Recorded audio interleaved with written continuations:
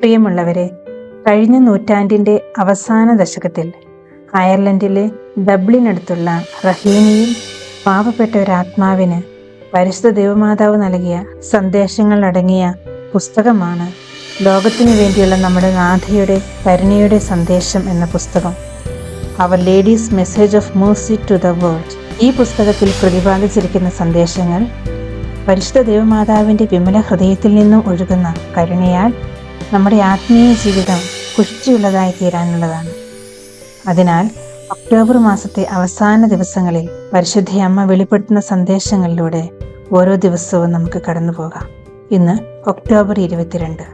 എൻ്റെ കുഞ്ഞെ, ദൈവം എപ്പോഴും നിന്നെ അനുഗ്രഹിക്കും. കാരണം അവിടുത്തെ ഹിതം നിറവേറ്റുക എന്നത് മാത്രമാണ് നിന്റെ ആഗ്രഹം.